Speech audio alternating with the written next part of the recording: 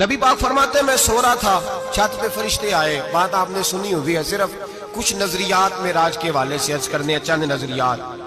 نبی پاک فرماتے ہیں حضرت جبریل نے چھت کے اوپر سے انہوں نے تھوڑا سا حصہ کھولا، چھت پھاڑی.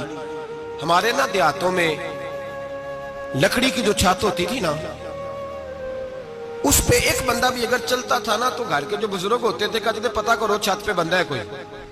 ایک آدمی فٹافٹ بزرگ جاگ جاتے تھے، کہتے پتہ کرو بھائی.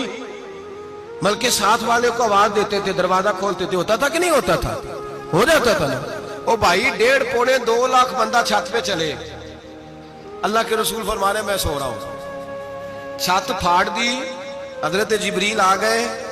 نبی پاک صلی اللہ علیہ وسلم کے پاس 70 ہزار فرشتہ ساتھ ہے، آ کے کھڑے ہو گئے. میکائیل سے اسرافیل سے مشورہ کر رہے ہیں حضور کو کیسے جگائیں.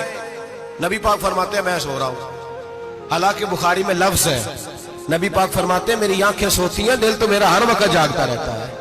نبی کریم سید عالم صلی اللہ تعالی علیہ وسلم فرماتے ہیں میں سویا رہا. اب حضور آرام کہاں کر رہے تھے؟ زمین پہ. آرام کہاں کر رہے تھے؟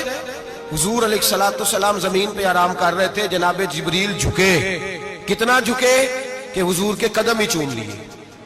نبی پاک کے قدم تو کتنا جھکے ہوں گے جی؟ رکوع تک. جی میں نہیں جی گل کی سجدے دی، تساں کیتی جے. فتویٰ لگا تواڈے تے لگنا جی. کہاں تک لگی؟ کہاں تک جھکے؟ اعلیٰ حضرت کہتے ہیں حضرت جبریل نے سجدہ نہیں کیا نبی پاک. میرے اعلیٰ حضرت کا کمال یہ ہے کہ شریعت بھی بچ جاتی ہے اور عشق کو بھی پورا سکون مل جاتا ہے.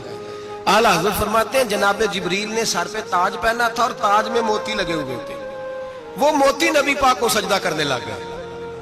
وہ موتی نبی پاک کو دیکھے. فاضل بریلوی کے قلم کا حسن فرمانے لگے تاج روح القدس کے موتی جنہیں سجدہ کرے. تاج روح القدس کے حضرت جبریل کے سر کے تاج پہ جو موتی ہیں وہ نبی پاک کو سجدہ کر رہے ہیں. نبی کریم یہاں کوئی بندہ، اب تو خیر لوگ ہاتھ بھی کسی کے چومتے ہیں تو خود نہیں اوپر ہوتے، ہاتھ ہی اوپر کر لیتے ہیں. اب تو مزاج ہی بدل گیا ہے. فرمایا رسول کریم صلی اللہ تعالی علیہ وسلم کے لیے جبریل جھکے تو پیروں تک، اور نبی پاک علیہ السلام کے قدم چومے. حضرت جبریل نے حضور جاگے، اٹھایا نبی کریم کو اور کہا یا رسول اللہ رب آپ کی ملاقات کا شوق رکھتا ہے. اللہ آپ کی ملاقات کا شوق رکھتا ہے. حضور فرماتے ہیں مجھے اٹھا کے تو جبریل حتیم میں لے گئے.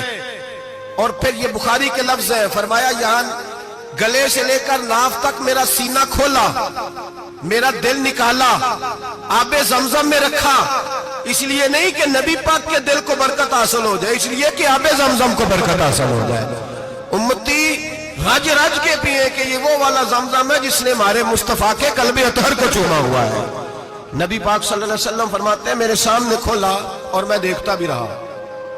دل کھل گیا، سینہ کھل گیا اور میں دیکھتا بھی رہا. اور نبی پاک فرماتے ہیں خون بھی نہیں نکلا، اس لیے کہ حضور کی حقیقت نور ہے. نبی پاک کی حقیقت نور ہے. ورنہ بشر کے حضور اگر صرف بشر ہوتے تو کٹ بھی لگے تو خون نکل آتا. میرے رسول کریم سید عالم صلی اللہ علیہ وسلم فرماتے ہیں پھر جبریل امین مجھے براق پہ بٹھانے لگے. خچر سے چھوٹا تھا، گدھے سے بڑا تھا اور بجلیوں کا بنا ہوا تھا. جہاں اس کی نظر جاتی تھی وہاں اس کا قدم جاتا تھا. نبی کریم فرماتے ہیں مجھے بٹھانے لگے تو میں رک گیا. میں نے کہا میں نہیں بیٹھتا. یا رسول اللہ کیا ہوا؟ فرمایا اللہ فرماتا ہے یوم نسوق المجرمین الی جہنم وردا. جب آپ کے امتی نکلیں گے قبروں سے تو ڈنڈے مار مار کے لے جائے جائیں گے. پہلے رب میرے ساتھ وعدہ کرے کہ جب میرے غلام قبروں سے نکلیں گے تو انہیں بھی براق عطا کرے گا. پہلے وعدہ کرے. حضرت جبریل کہتے ہیں میں وہیں کھڑا تھا. رب کریم نے کہا چل وعدہ کر لے یوم نحشر المتقین الی الرحمن وفدا. محبوب جب تیرے فرما بردار قبروں سے نکلیں گے تو میں سب کو براق عطا کر دوں گا، سب کو براق دے دوں گا. نبی کریم فرماتے ہیں میں براق پہ بیٹھا، سفر شروع ہوا.